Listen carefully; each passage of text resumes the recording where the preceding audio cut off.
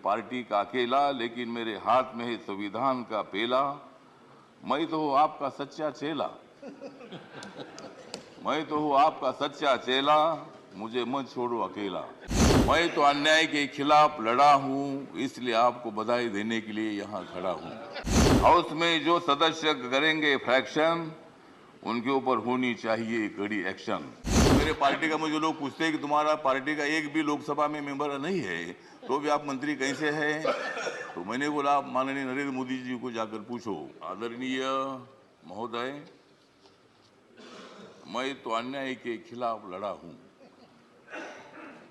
मैं तो अन्याय के खिलाफ लड़ा हूं, इसलिए आपको बधाई देने के लिए यहां खड़ा हूं। आपका अनुभव बहुत ही बड़ा है, आपका अनुभव बहुत ही बड़ा है, इसलिए आपने संघर्ष का पहाड़ चढ़ा है। मेरे पार्टी का मैं हूं अकेला, मेरे पार्टी का मैं हूं अकेला, लेकिन मेरे हाथ में है संविधान का पेला। मैं हूं मेरे पार्टी का अकेला, लेकिन मेरे हाथ में है संविधान का पेला। मैं तो हूं आपका सच्चा चेला, मैं तो हूं आपका सच्चा चेला, मुझे मत छोड़ो अकेला।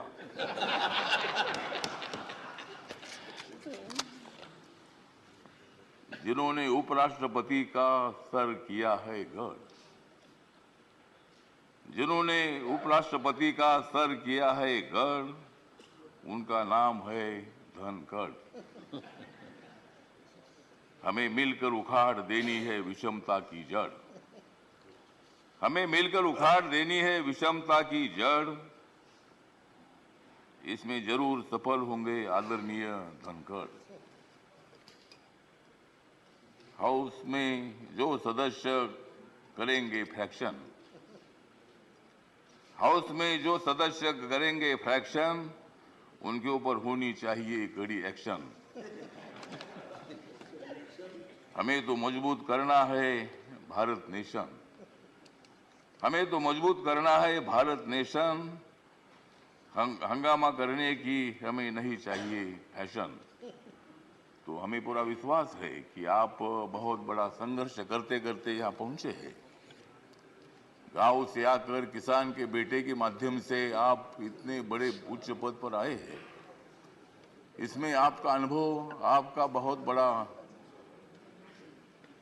संघर्ष है, बहुत बड़ा काम आपने किया है।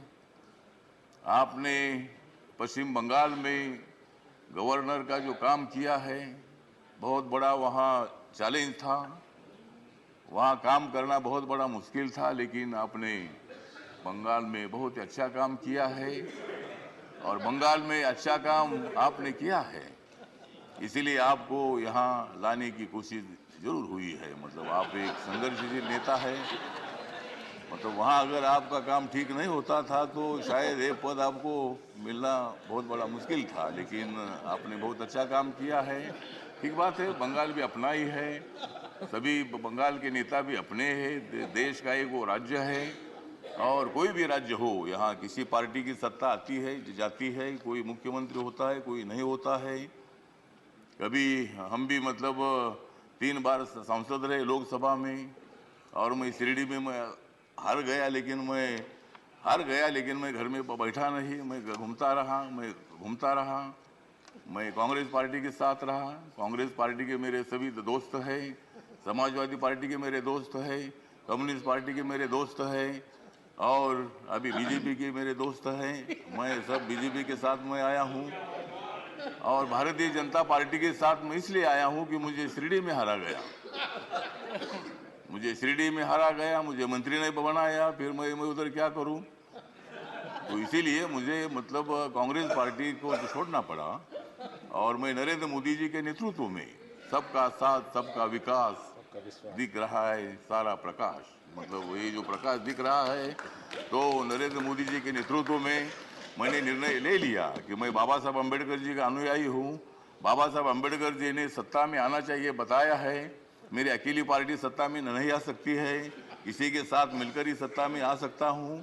और मेरे पार्टी का मुझे लोग पूछते हैं कि तुम्हारा पार्टी का एक भी लोकसभा में मेंबर नहीं है, तो भी आप मंत्री कैसे हैं? तो मैंने बोला, आप माननीय नरेंद्र मोदी जी को जाकर पूछो, मतलब मैं कैसा मंत्री हूँ। मतलब मैं अकेला हूँ, लेकिन मेरे पार्टी के लोग पूरे देश भर में है। नॉर्थ ईस्ट में मेरी पार्टी, सभी पार्टी है। और मुझे बोलने का मौका दे दीजिए। मुझे मालूम है कि आप बहुत अच्छे आदमी हैं, और मैं आपको, हाँ, आप मुझे हर बार बोलते थे कि हमको कविता सुनाओ। अगर आप मुझे ज़्यादा बोलने के लिए देंगे तो मैं कविता सुनाऊंगा, नहीं तो एक भी कविता नहीं सुनाऊंगा। तो ठीक बात है। तो इसीलिए मतलब कविता सुनाता भी रहूंगा। और आप एक अनुभव है, तो इसीलिए अपोजिशन को भी आप मौका दे दीजिए, हंगामा करने के लिए मौका दीजिए, लेकिन एक आधा दिन हंगामा करने के लिए मौका दीजिए, दूसरे दिन एक्शन होना चाहिए, और हाउस का काम भी मतलब चलना चाहिए।